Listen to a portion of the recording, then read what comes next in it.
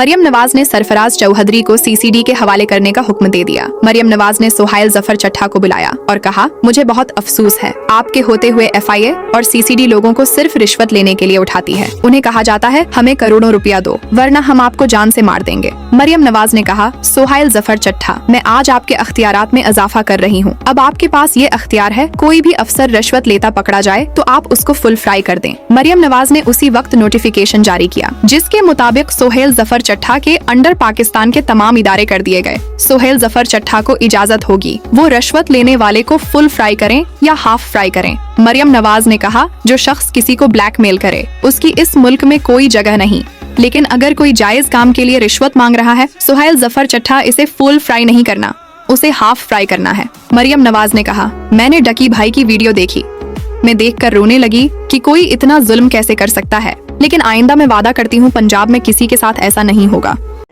ये मेरी फैमिली को उस स्टेज पे लेके आए हैं जहाँ पे मैं स्पीचलेस हो गया कि यार मैं क्या करूं। मतलब अब्बा जी के इलाज के पैसे भी उन्होंने ब्लॉक कर दिए हैं। और ये बात मैंने उनको उधर दफ्तर में ऑफिस में कही थी, सरफराज चौधरी को मैंने खुद उसके मुंह पे कही थी। मैंने कहा मेरा अब्बा हार्ट पेशेंट है, उनकी सर्जरी के पैसे आपने मेरे फैमिली का अकाउंट ब्लॉक कर दिया है। ये इस स्टेज पे मेरी फैमिली को ले आए थे, मुझे 23 दिन बंद रख के चुपेरे मार के मुझे कोर्ट पे लेके जाते थे कि मैं किसी मीडिया के किसी माइक में बोल ना दूं। जिस्मानी रिमांड पे एफआईए के पास जाना है या उसके बाद जेल जाना है, तो क्या तो बोलने कोई मसला नहीं है। आज लकी भाई, आप यूट्यूबर्स को क्या पैगाम देना चाहेंगे?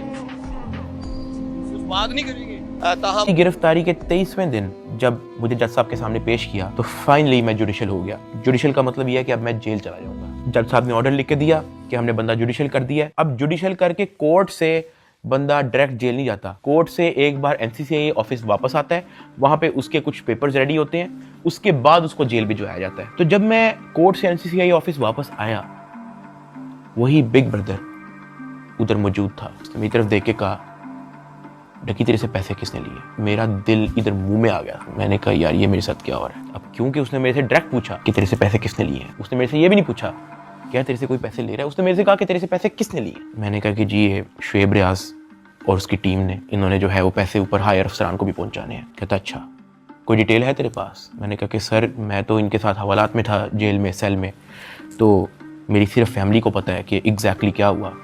फैमिली 5-10 मिनट के लिए मेरे से मिली थी, लेकिन उन्होंने मुझे बहुत छोटा छोटा मोटा मोटा बताया, ज़्यादा डिटेल का मुझे नहीं पता। तो फिर उसने पूछा कि कितने पैसे लिए हैं? मैंने कहा जी 60 लाख रुपए लिए। वो भी मेरी वाइफ को नामजद करने का कह रहे थे कि जो मेरी बीवी को अरेस्ट कर लेंगे, अगर आप चाहते हैं कि हम आपकी वाइफ को अरेस्ट ना करें तो ये 60 लाख रुपया पहुँचाएं। तो वो हमें 60 लाख रुपया उसका हमने दिया। उसने कहा ठीक है तू जेल जा, लेकिन उससे पहले कहीं से कॉल करवा और अपनी फैमिली को कह कि तेरा एक दोस्त मिलने आ रहा है, उससे मिल ले। मैंने कहा ठीक है।